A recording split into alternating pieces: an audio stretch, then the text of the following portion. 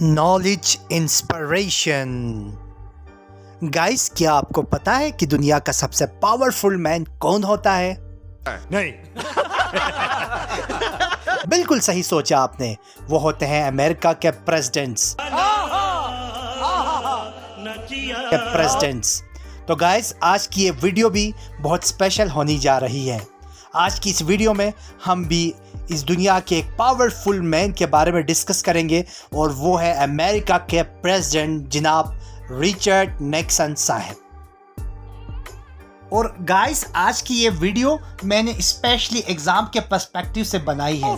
तो अगर आप इस वीडियो को आखिर तक देखेंगे और अगर आप यूएस हिस्ट्री के स्टूडेंट हैं तो आपको रिचर्ड निक्सन के बारे में एक क्लियर आइडिया भी होगा। और मैंने इस वीडियो के डिफरेंट पोर्शंस भी बनाए हैं। पहले पोर्शन में हम वो बातें डिस्कस करेंगे जो अक्सर एग्जाम में पूछे जाते हैं। रिचर्ड निक्सन के बारे में अहम सवालों के मैंने जवाब दिए हैं और उनको एनिमेशन के थ्रू आपको समझाने की कोशिश की है। इसके बाद हम लोग रिचर्ड निक्सन की अचीवमेंट्स पे भी बात करेंगे ब्रीफली, और उसके बाद हम उनके फेलियर्स पे भी बात करेंगे। और आखिर में मैं आपको ये भी बताऊंगा कि रिचर्ड निक्सन को आखिर किस चीज़ की वजह से इस्तीफा देना पड़ा। So let's jump about the facts about Richard Nixon. तो गाइस, वो अमेरिका की तारीख के पहले प्रेसिडेंट हैं जिन्होंने खुद ही रिज़ाइन कर दिया। और दूसरा फैक्ट है, वो 36 वाइस प्रेसिडेंट भी रहे हैं डेविड डी एजनहोवर के वो टाइम पे, और 37 प्रेसिडेंट है ऑफ अमेरिका के। ठीक है, ये भी पूछा जाता है एग्ज़ाम में अक्सर। और मज़ीद वो एक क्वेकर फैमिली से बिलोंग करते थे, जो एक समझे एक रिलीजियस फैमिली होती है जिसको रिलीजियस सोसाइटी ऑफ फ्रेंड्स भी कहते हैं। और गाइस, अगर हम उनकी अचीवमेंट्स की बात करें तो उनकी सबसे बड़ी अचीवमेंट ये है कि उन्होंने कोल्ड वर्ल्ड वार के बाद चाइना और रशिया के साथ अमेरिका के ताल्लुकात बेहतर किए। और वो पहले प्रेसिडेंट हैं अमेरिका के कि जिन्होंने चाइना की सरजमीन पर कदम रखा। और उसके फ़ौरन बाद वो सोवियत यूनियन के साथ ABM और SALT I एग्रीमेंट करता है। गाइस, यहाँ पे मैं बताता चलूँ कि ABM का मतलब है एंटी बैलिस्टिक मिसाइल ट्रीटी। इस ट्रीटी के मुताबिक दोनों ममालिकों ने ये तय किया कि वो लोग अपने एंटी बैलिस्टिक मिसाइल्स को एक हद दर्जे तक कम करके लाया करेंगे। और ये एग्रीमेंट 2002 में ख़त्म हो गया क्योंकि अमेरिका ने ये इस ट्रीटी से विड्रॉ कर दिया। निक्सन की एक अचीवमेंट ये भी है कि उन्होंने एक इन्वायरमेंटल प्रोटेक्शन एजेंसी भी बनाई और उन्होंने ही नेशनल इन्वायरमेंटल पॉलिसी एक्ट को लॉ में कन्वर्ट कर दिया क्योंकि वो माहौल के बारे में बहुत ज़्यादा फ़िक्रमंद थे। और उनकी आखिरी तकरीर में भी उन्होंने माहौल को साफ़ रखने के लिए बहुत ज़्यादा ज़ोर दिया था। और उन्होंने ही टाइटल 9 ऑफ एजुकेशन अमेंडमेंट या टाइटल 9 अमेंडमेंट जिसको कहते हैं वो बनाया था। और इस अमेंडमेंट के बाद लड़का और लड़की दोनों यकसा तालीम के प्रोग्राम्स में हिस्सा ले सकते थे। और निक्सन साहब की एक बहुत बड़ी अचीवमेंट ये है कि उन्होंने वोटर्स की उम्र कम करके 18 साल कर दी ताकि स्टूडेंट भी वोट दे सकें।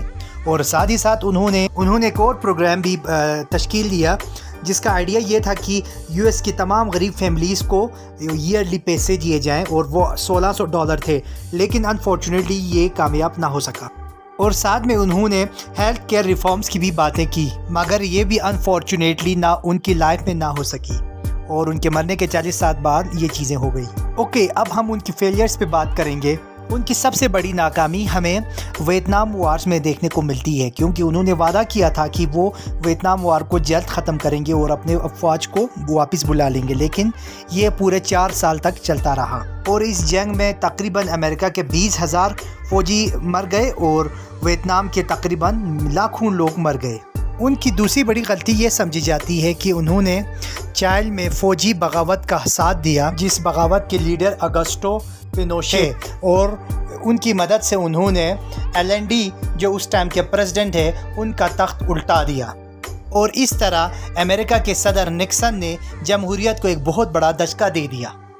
तीसरी बड़ी गलती जो उनसे हुई थी, वो कहते हैं कि उन्होंने लोगन एक्ट 1799 को वायलेट कर दिया। इस एक्ट के मुताबिक अमेरिका का कोई भी प्राइवेट सिटीजन अमेरिका के फॉरेन पॉलिसी में मुदाखलत नहीं कर सकता है, जबकि हमारे प्रेसिडेंट मिस्टर रिचर्ड निक्सन साहब ने 1968 के इलेक्शंस में साउथ वियतनाम में बहुत ज़्यादा इंटरफेरेंस की और उन्होंने वियतनाम की उस टाइम की गवर्नमेंट को कहा कि वो यूएस और सोवियत यूनियन और नॉर्थ वियतनाम के साथ नेगोशिएशन ना करें।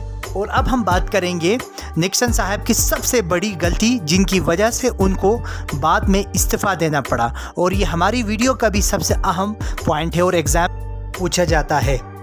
वह कुछ यूँ था कि मिस्टर रिचर्ड निक्सन ने अपने कुछ एजेंट्स को उनके मुखालिफ पार्टी के ऑफिस यानी डेमोक्रेट्स के ऑफिस में भेजा, जो कि वाटरगेट कम्प्लेक्स के अंदर मौजूद था। कुछ लोग दिन दहाड़े वहां गए और वहां जाकर डेमोक्रेट के मिस्टर जॉर्ज मैकगॉन, जो उस टाइम पर निक्सन के ख़िलाफ़ इलेक्शन में खड़े हो रहे थे, उनके फ़ोन कॉल्स को टेप किया और वहाँ से सीक्रेट पेपर्स चुरा कर ले गए।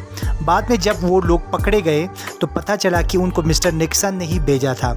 और इस सिलसिले में सबसे अहम बात यह है कि वाशिंगटन पोस्ट जो एक न्यूज़पेपर है, उनके जो दो सहाफ़ी थे जिनके नाम बॉब वुडवर्ड और बेन स्टीन थे, उन दोनों ने इसमें बहुत ज़्यादा कोशिश की और रिपोर्टिंग की और आखिर में उन्होंने ही उस बंदूक को पकड़वाया। और बाद में मज़े की बात यह है कि उनको पुलित्ज़र इनाम भी मिलता है।